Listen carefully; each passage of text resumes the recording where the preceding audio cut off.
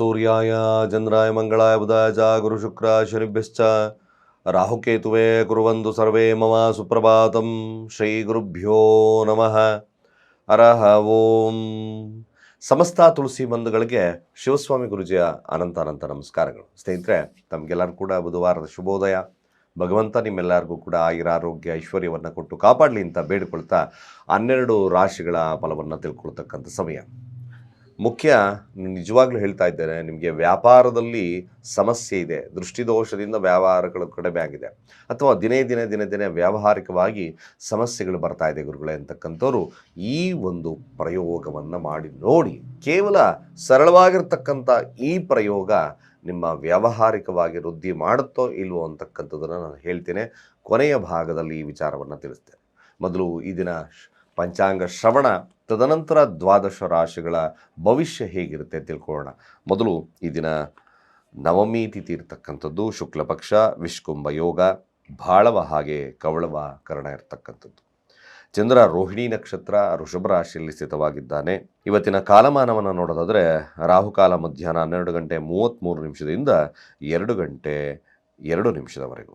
ಹಾಗೆ ಯಮಗಂಡ ಕಾಲ ಬೆಳಗ್ಗೆ 8 ಗಂಟೆ 8 ನಿಮಿಷದಿಂದ 9 ಗಂಟೆ 36 ನಿಮಿಷದವರೆಗೂ.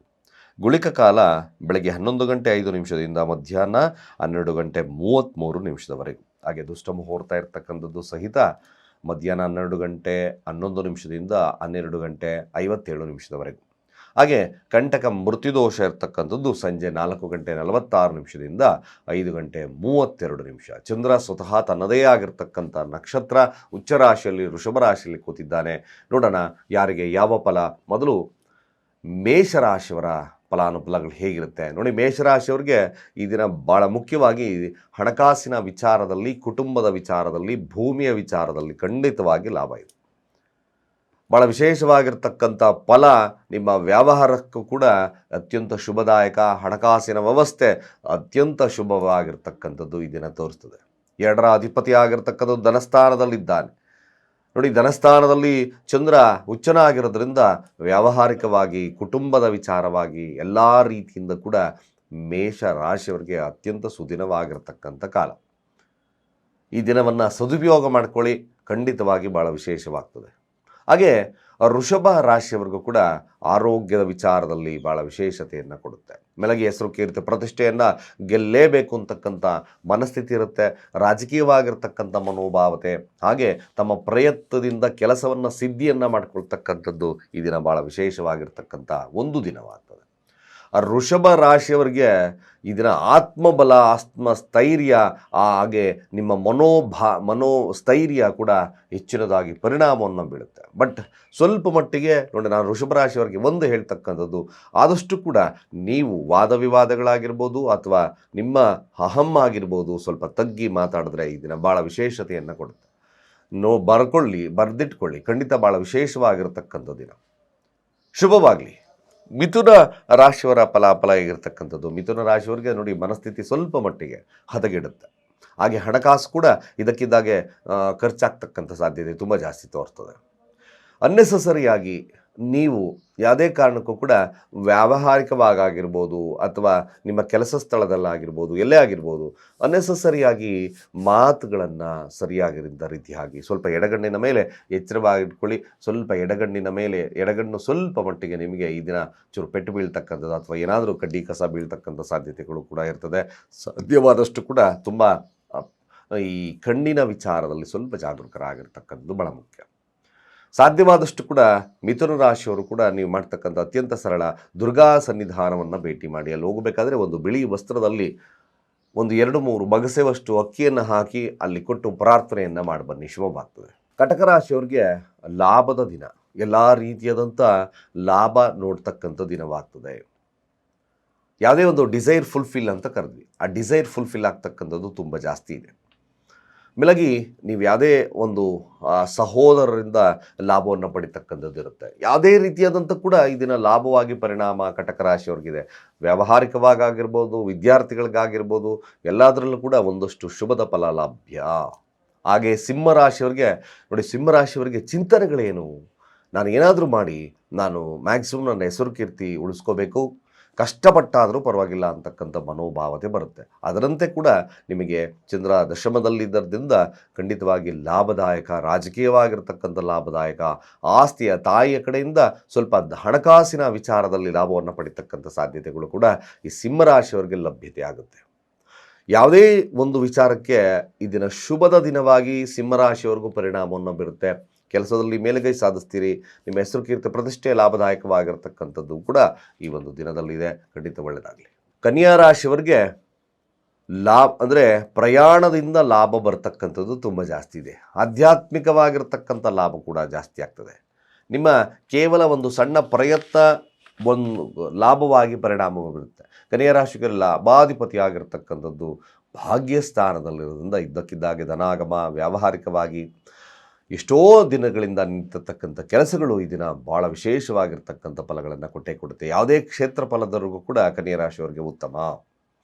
ತುಲಾರಾಶಿಯವರು ಈ ದಿನ ಸ್ವಲ್ಪ ಎಚ್ಚರಿಕೆಯಿಂದ ಇರಿ. ನಿಮ್ಮ ಕೆಲಸದ ಸ್ಥಳದಲ್ಲಿ ಯಾವುದೇ ಕಿರಿಕಿರಿಗಳನ್ನು ಮಾಡ್ಕೋಬೇಡಿ. ಅನ್ನೆಸಸರಿಯಾಗಿ ನಿಮ್ಮ ಬಾಸ್ ಒಟ್ಟಿಗಿನ ಸಂಬಂಧಗಳನ್ನು ಸರಿಯಾಗಿ ಇಟ್ಕೊಳ್ಳಿ ಕೆಲಸದಲ್ಲಿ ಮಾಡ್ತಾರೆ. ಹಾಗೆ ಹಣಕಾಸು ವಿಭಾಗದಲ್ಲೂ ಕೂಡ ಸ್ವಲ್ಪ ಹಿನ್ನಡೆಯನ್ನು ಕಾಣ್ತಕ್ಕಂಥಿರುತ್ತೆ. ವ್ಯಾವಹಾರಿಕವಾಗಿ ಸ್ವಲ್ಪ ಹಿನ್ನಡೆ, ವಿದ್ಯಾರ್ಥಿ ವರ್ಗದವ್ರಿಗೂ ಹಿನ್ನಡೆ ಇರ್ತಕ್ಕಂಥ ದಿನವಾದ್ದರಿಂದ ಓಂ ಸೋಂ ಸೋಮಾಯ ನಮಃ ಮಂತ್ರವನ್ನು ಪಠಣೆಯನ್ನು ಮಾಡಿ. ಇದು ಸ್ವಲ್ಪ ಮಟ್ಟಿಗೆ ನಿಮ್ಮ ಮಾನಸಿಕ ಶಾಂತಿಯನ್ನು ಕೊಡುತ್ತೆ, ಹಾಗೆ ಶುಭವನ್ನು ಕೊಡ್ತಕ್ಕಂಥಿರುತ್ತೆ. ವೃಶ್ಚಿಕ ರಾಶಿಯವರ ಈ ದಿನದ ಫಲಾಫಲ 9ರ ಅಧಿಪತಿ ಸಪ್ತಮದಲ್ಲಿದ್ದಾನೆ. ಖಂಡಿತವಾಗಿ ವ್ಯಾವಹಾರಿಕವಾಗಿರ್ತಕ್ಕಂಥ ಲಾಭ ನಿಮಗೆ ವೃಶ್ಚಿಕ ರಾಶಿಯವರಿಗೆ ಲಭ್ಯತೆ ಇರುತ್ತೆ. ಇದೊಂದು ರಾಜಯೋಗದ ಕಾಲ. ಉಚ್ಚರಾಶಿಯಲ್ಲಿ ಚಂದ್ರನಿದ್ದಾನೆ, 9ರ ಅಧಿಪತಿ. ಖಂಡಿತವಾಗಿ ನಿಮ್ಮ ಮನೋಕಾಮನೆಗಳು ಈಡೇರ್ತಕ್ಕಂಥ ಸಾಧ್ಯತೆ ತುಂಬ ಜಾಸ್ತಿ ಇರುತ್ತೆ. ಮದುವೆ ವಿಚಾರದಲ್ಲಿ ಮೇಲುಗೈ ಸಾಧಿಸ್ತೀರಿ. ಸಂಗಾತಿಯೊಟ್ಟಿಗಿನ ಬಾಂಧವ್ಯತೆಯಲ್ಲಿ ಶುಭವನ್ನು ತಾಡ್ತಕ್ಕಂಥಿರುತ್ತೆ. ವ್ಯಾವಹಾರಿಕವಾಗಿ ಶುಭ, ಹಾಗೆ ಯಾವುದೇ ರೀತಿಯಾದಂಥ ಶುಭದ ಒಂದು ದಿನವಾಗಿ ಪರಿಣಾಮವನ್ನು ಬೀರೋದ್ರಲ್ಲಿ ಎರಡು ಮಾತಿಲ್ಲ. ಖಂಡಿತ ಒಳ್ಳೆಯ ದಿನ, ಒಳ್ಳೆಯದಾಗಲಿ. ಧನುರಾಶಿಯವರ ಫಲಾಫಲ ಆಗಿರ್ತಕ್ಕಂಥದ್ದು ನೋಡಿ, ಧನುರಾಶಿಯವ್ರಿಗೂ ಕೂಡ ಹೆಚ್ಚಿನದಾಗಿ ಜಿಪುಣತನ ಜಾಸ್ತಿ ಕಾಡುತ್ತೆ. ಬಟ್ ಆರೋಗ್ಯದಲ್ಲಿ ಸಣ್ಣ ಪುಟ್ಟ ವ್ಯತ್ಯಾಸಗಳು ಬರುತ್ತೆ. ವಿಪರೀತ ಕೋಪ ಇರುತ್ತೆ. ಇದು ಒಂದು ವಿಪರೀತ ರಾಜಯೋಗ. 8ರ ಅಧಿಪತಿ 6ರ ಸ್ಥಾನದಲ್ಲಿ, ಅದರಲ್ಲೂ ಉಚ್ಚ ಸ್ಥಾನದಲ್ಲಿ ಕೆಲಸದಲ್ಲಿ ಮೇಲುಗೈ ಸಾಧಿಸ್ತೀರ. ಶತ್ರುವನ್ನು ದಮನ ಮಾಡ್ತಕ್ಕಂಥ ಕೇಪಬಿಲಿಟಿ ನಿಮ್ಮಲ್ಲಿ ಬರ್ತದೆ ಧನುರಾಶಿಯವ್ರಿಗೆ. ಬಟ್ ಆರೋಗ್ಯ ಸರಿಯಾಗಿ ನೋಡ್ಕೊಳ್ಳಿ. ವಿದ್ಯಾರ್ಥಿಗಳಿಗೂ ಕೂಡ ಶುಭದಾಯಕ. ಹಣಕಾಸು ವಹಿವಾಟುಗಳು ಕೂಡ ಚೆನ್ನಾಗಿ ನಡೀತದೆ. ವ್ಯಾವಹಾರಿಕವಾಗಿ ಶುಭದಾಯಕವಾಗಿರ್ತಕ್ಕಂಥ ದಿನ ಧನುರಾಶಿಯವರಿಗೆ. ಒಳ್ಳೆಯದಾಗಲಿ. ಮಕರ ರಾಶಿಯವರ ಈ ದಿನದ ಫಲಾಫಲ ಆಗಿರ್ತಕ್ಕಂಥದ್ದು ನೋಡಿ, ಮಕರ ರಾಶಿಯವರೆಗೂ ಕೂಡ ಈ ದಿನ ವಿಚಾರಗಳಲ್ಲಿ ಬಂದಾಗ ನಿಮ್ಮ ಒಂದು ಮನೋಕಾಮನೆಗಳು ಈಡೇರ್ತಕ್ಕಂಥದ್ದು ತುಂಬ ಜಾಸ್ತಿ ಇದೆ. ಪ್ರೀತಿಸಿದವರನ್ನು ಒರೆಸ್ತಕ್ಕಂಥ ಕಾಲ, ಜೊತೆಗೆ ಪ್ರೀತಿಸಿದವರನ್ನು ಮದುವೆ ಆಗ್ತಕ್ಕಂಥ ಕಾಲ. ನಿಮ್ಮ ಟ್ರೇಡಿಂಗಲ್ಲಿ ಉತ್ತಮ ಭವಿಷ್ಯವನ್ನು ಕಾಣ್ತಕ್ಕಂಥ ಕಾಲ. ಹಾಗೆ ಒಂದು ರಾಜಕೀಯ ಒಂದು ಫೀಲ್ಡ್ ಆಗಿರ್ಬೋದು, ಹಾಗೆ ನಿಮ್ಮ ಏನು ಈಗ ಕ್ರಿಯೇಟಿವ್ ಫೀಲ್ಡ್ ಆಗಿರ್ಬೋದು, ಇಲ್ಲಿ ಕೂಡ ವಿಶೇಷವಾಗಿರ್ತಕ್ಕಂಥ ದಿನವಾಗಿ ಪರಿಣಾಮವನ್ನು ಬೀರುತ್ತೆ. ಖಂಡಿತವಾಗಿ ನಿಮಗೂ ಕೂಡ ಲಾಭವನ್ನು ಕೊಡಲಿ ಭಗವಂತ ಅಂತ ಬೇಡ್ಕೊಳ್ತಾ ಒಳ್ಳೆಯದಾಗ್ತದೆ ಕೂಡ. ಹಾಗೆ ಕುಂಭರಾಶಿಯವರ ಫಲಾಫಲ ಆಗಿರ್ತಕ್ಕಂಥದ್ದು ನೋಡಿ, ಕುಂಭರಾಶಿಯವರಿಗೆ ನಿಮ್ಮ ಉತ್ತಮ ನಿರ್ಧಾರನೇ ನಿಮ್ಮ ಪಾಲಿಗೆ ಒಂದು ಸ್ವರ್ಗವಾಗಿ ಪರಿಣಾಮವನ್ನು ಬೀರುತ್ತೆ. ಉತ್ತಮ ನಿರ್ಧಾರ, ಯಾಕೆಂದರೆ ಚಂದ್ರ ಉಚ್ಚ ಸ್ಥಾನದಲ್ಲಿ ಚತುರ್ಥ ಭಾವದಲ್ಲಿದ್ದಾರೆ. ಕನ್ಫ್ಯೂಸ್ ಮಾಡಬೇಡಿ. ನಿಮ್ಮ ನೇರ ಒಂದು ನಿರ್ಧಾರಗಳು ನಿಮಗೆ ಖಂಡಿತ ಉತ್ತಮವಾಗಿರ್ತಕ್ಕಂಥ ಫಲಗಳನ್ನು ಕೊಡುತ್ತೆ. ನಿಮ್ಮ ಕಾರ್ಯಗಳು ಸಿದ್ಧಿಯಾಗ್ತದೆ. ಎಜುಕೇಷನ್ ವರ್ಗದವರಲ್ಲಿರ್ತಕ್ಕಂಥವ್ರಿಗೆ ಭಾಳ ವಿಶೇಷವಾಗಿ ಹಣಕಾಸು ವಹಿವಾಟುಗಳು ವ್ಯಾವಹಾರಿಕವಾಗಿ ಕುಂಭರಾಶಿಯವರಿಗೆ ಶತಸಿದ್ಧವಾಗ್ತದೆ.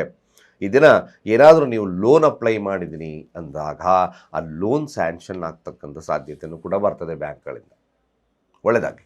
ಮೀನರಾಶಿ ನೋಡಿ, ಮೀನರಾಶಿಯವ್ರಿಗೂ ಒಂದು ಸ್ಪೋರ್ಟಿವ್ನೆಸ್ ಜಾಸ್ತಿ ಇರುತ್ತೆ. ಸೇಲ್ಸ್ ಎಕ್ಸಿಕ್ಯೂಟಿವ್ಸ್ಗೆ ಉತ್ತಮವಾಗಿರ್ತಕ್ಕಂಥದ್ದು, ಸಾಫ್ಟ್ವೇರ್ ಇರ್ತಕ್ಕಂಥವ್ರಿಗೆ ಉತ್ತಮವಾಗಿರ್ತಕ್ಕಂಥ ದಿನವಾಗ್ತದೆ. ಜೊತೆಗೆ ಈ ದಿನ ಸಣ್ಣ ಪ್ರಯಾಣಗಳನ್ನು ಬೆಳೆಸ್ಕೊಳ್ತೀರ. ವಿದ್ಯಾರ್ಥಿಗಳಿಗೆ ಸ್ವಲ್ಪ ಹಿನ್ನಡೆ ಇರತಕ್ಕಂಥ ದಿನ. ವ್ಯವಹಾರಸ್ಥರಿಗೆ ಶುಭದಾಯಕವಾಗಿರ್ತಕ್ಕಂಥ ದಿನ. ಕಮಿಷನ್ ಆಧಾರಿತ ವ್ಯಕ್ತಿಗಳಿಗೆ ಅತ್ಯಂತ ಶುಭದಾಯಕ. ಕೇವಲ ನಿಮ್ಮ ಕಮ್ಯುನಿಕೇಷನಿಂದ ನಿಮ್ಮ ವ್ಯವಹಾರವನ್ನು ವೃದ್ಧಿಯನ್ನು ಮಾಡಿಕೊಳ್ತಕ್ಕಂಥ ದಿನ. ಇಷ್ಟು ದ್ವಾದಶ ರಾಶಿಗಳ ದಿನದ ಫಲಾಫಲ. ಸ್ನೇಹಿತರೆ, ವ್ಯಾವಹಾರಿಕವಾಗಿ ದಿನೇ ದಿನೇ ಡೌನ್ ಆಗ್ತಿದೆ ಗುರುಗಳೇ. ವ್ಯವಹಾರ ವೃದ್ಧಿ ಆಗಬೇಕು ಅಂತಕ್ಕಂಥವ್ರು ನಿಜವಾಗ್ಲೂ ನಾನು ಹೇಳ್ತಕ್ಕಂಥ ಈ ಸರಳ ಪರಿಹಾರ ನಿಮಗೆ ಅದ್ಭುತವಾಗಿರ್ತಕ್ಕಂಥ ಪರಿಣಾಮವನ್ನು ಕೊಡುತ್ತೆ. ಹಳದಿ ನಿಂಬೆ ಹಣ್ಣನ್ನು ತಗೊಳ್ಳಿ. ಇದಕ್ಕೆ ಬೇಕಾಗಿರತಕ್ಕಂಥದ್ದು ಮುಖ್ಯವಾಗಿ 4 ಲವಂಗ. 4 ಲವಂಗವನ್ನು 4 ಕಡೆ ನಿಂಬೆ ಹಣ್ಣಿಗೆ ಚುಚ್ಚಿ ನೀವು 21 ಬಾರಿ ಈ ಮಂತ್ರವನ್ನು ಹೇಳಬೇಕಷ್ಟೆ. ಓಂ ನಮೋ ಭಗವತೆ ವಾಸುದೇವಾಯ ಧನದಾಯೇ ನಮಃ ಅಂತಕ್ಕಂಥ ಮಂತ್ರ. ಓಂ ನಮೋ ಭಗವತೆ ವಾಸುದೇವಾಯ ಧನದಾಯ ನಮಃ, ಧನದಾಯ ನಮಃ. ಈ ಮಂತ್ರವನ್ನು 21 ಬಾರಿ ಆ ನಿಂಬೆಹಣ್ಣನ್ನು ಹಿಡಿದು ಹೇಳಿ ನಿಮ್ಮ ಮೇನ್ ಡೋರಲ್ಲಿ ಇಟ್ಟುಬಿಟ್ಟು ಒಳಗಡೆ ಬನ್ನಿ. ಪ್ರತಿ ದಿವಸ ಈ ಕೆಲಸವನ್ನು ಮಾಡಬೇಕು. ಕೇವಲ 48 ದಿನಗಳ ಕಾಲ ಇದನ್ನು ಮಾಡ್ತಾ ಬನ್ನಿ. ಅಕಸ್ಮಾತ್ ಇನ್ನೂ ಕೂಡ 48 ದಿನ ಕಂಟಿನ್ಯೂಸ್ ಆಗಿ ಮಾಡಿ, ತದನಂತರ ಅಲ್ಲೂ ಕೂಡ ಸ್ವಲ್ಪ ವ್ಯವಹಾರ ವೃದ್ಧಿ ಆಗಲಿಲ್ಲ ಅಂದರೆ ಅಟ್ಲೀಸ್ಟ್ 2 ಡೇಸ್ಗೊಂದ್ಸತಿ ಕಂಟಿನ್ಯೂ ಮಾಡ್ತಾ ಬನ್ನಿ. ಮಿನಿಮಮ್ 3 ರಿಂದ 6 ತಿಂಗಳು ಈ ಕಾರ್ಯವನ್ನು ಮಾಡ್ತಾ ಬಂದಾಗ ನಿಮ್ಮ ಬರ್ತಕ್ಕಂಥ ಸಮಸ್ಯೆಗಳು ದೂರ ಆಗಿ ಶುಭವಾಗ್ತದೆ ಅಂತ ಹೇಳ್ತಾ ಸರ್ವೇ ಜನ ಸುಖಿನೋ ಭವಂತು.